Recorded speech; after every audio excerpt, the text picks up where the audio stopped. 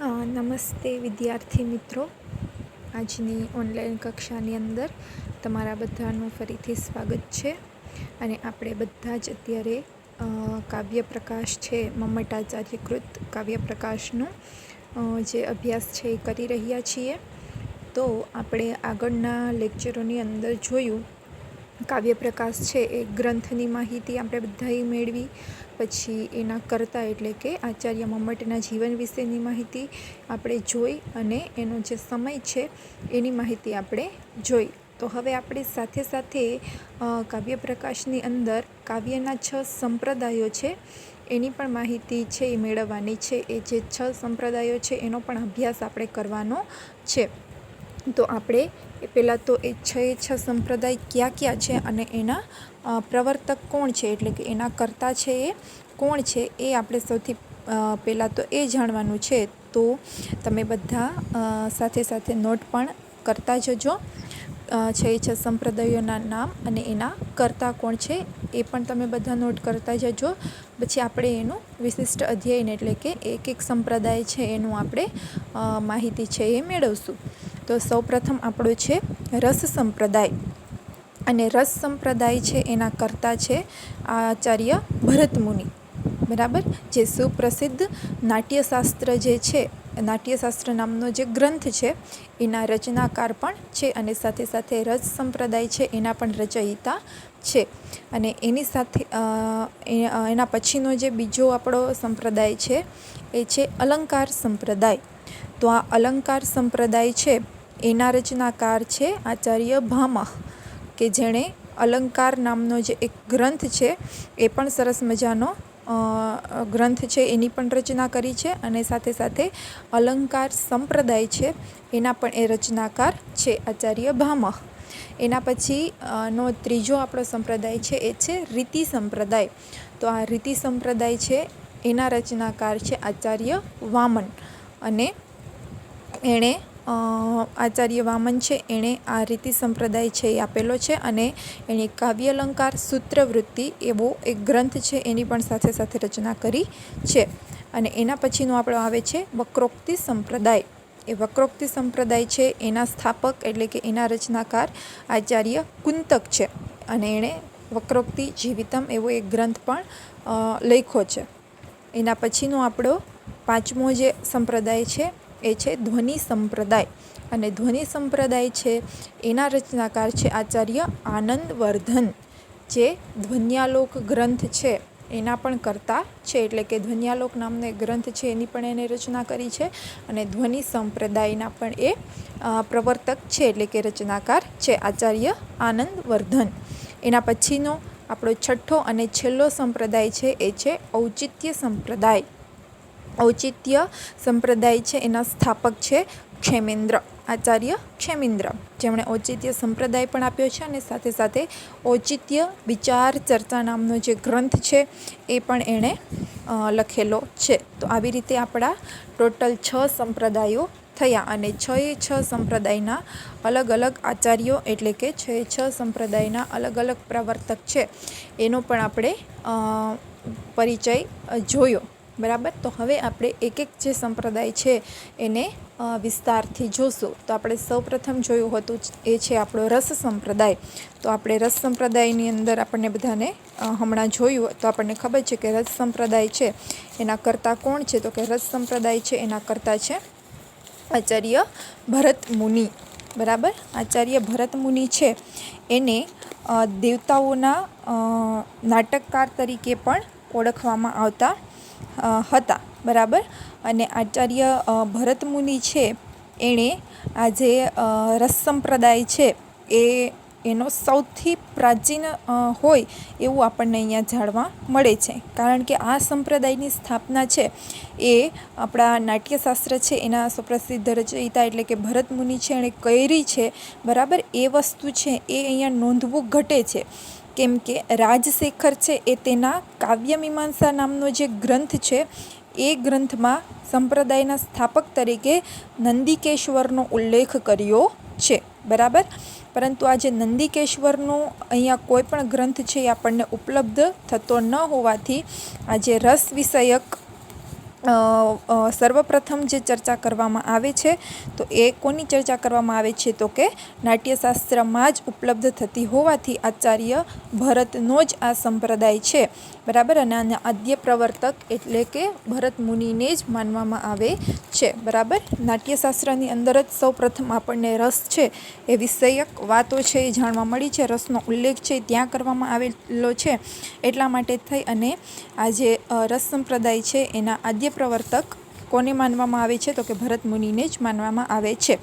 કાવ્યના પઠન અથવા તો શ્રવણ દ્વારા શું કરે છે તો કે સહૃદયમાં તેમાં તલ્લીન થઈ અને જે આનંદની અનુભૂતિ કરે છે તેને રસ કહે છે, બરાબર. હવે જે એને સંપ્રદાય આપેલો છે રસ સંપ્રદાય, તો એ રસ એટલે શું, કોને રસ કહેવાય, તો એના માટે આપણને સરસ મજાની અહીંયા એક પંક્તિ દ્વારા સમજાવે છે કે રસ્યતે આસ્વાદયતે ઇતિ રસઃ, એટલે કે આ રસ છે એ જ શું છે તો કે કાવ્યનું આત્મભૂત તત્વ છે, બરાબર.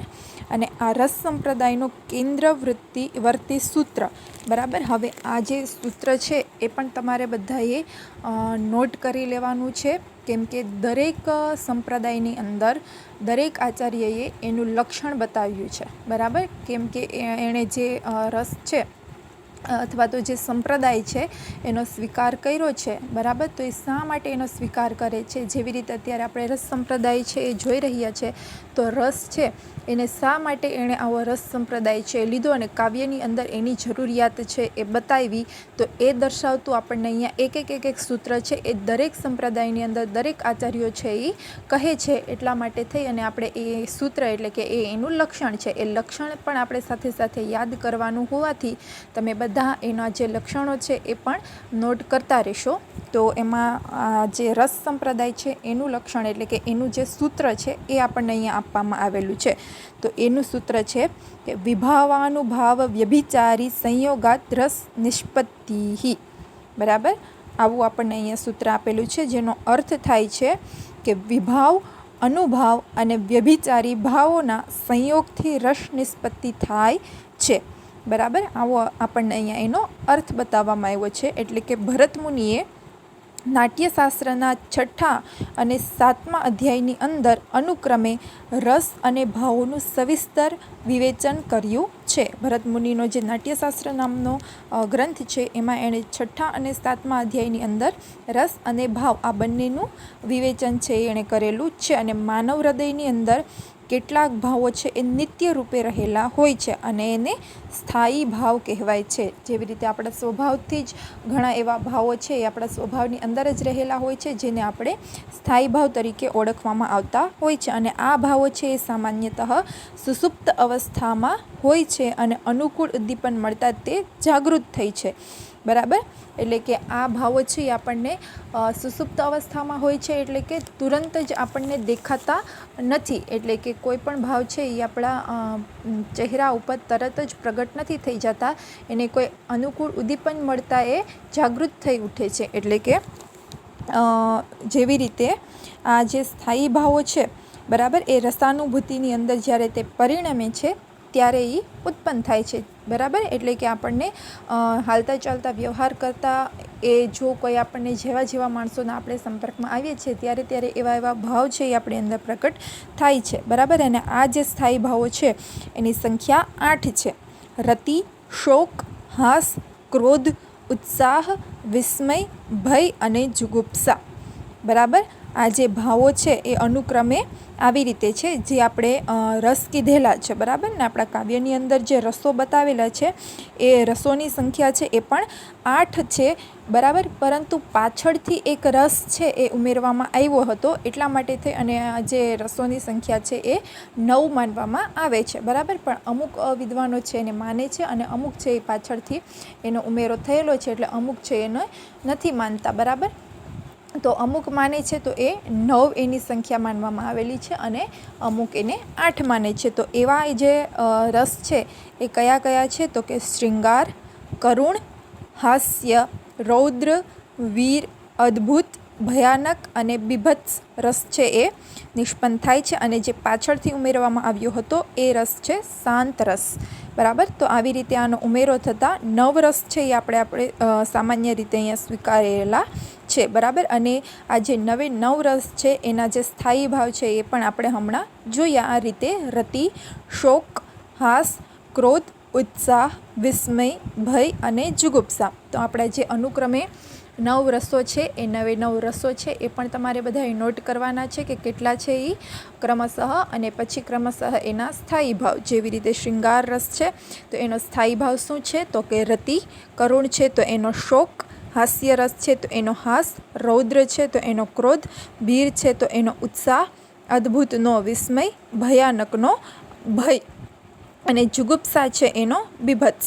આવી રીતે દરેક રસોના પોતાના જે સ્થાયી ભાવો છે એ રહેલા હોય છે. બરાબર. જે આપણી અંદર રહેલા હોય છે અને પછી એ જાગૃત થાય છે. તો આવી રીતે અનુક્રમે બધા રસો અને એના સ્થાયી ભાવો છે એ પણ તમે ક્રમશઃ નોટ કરી લેશો.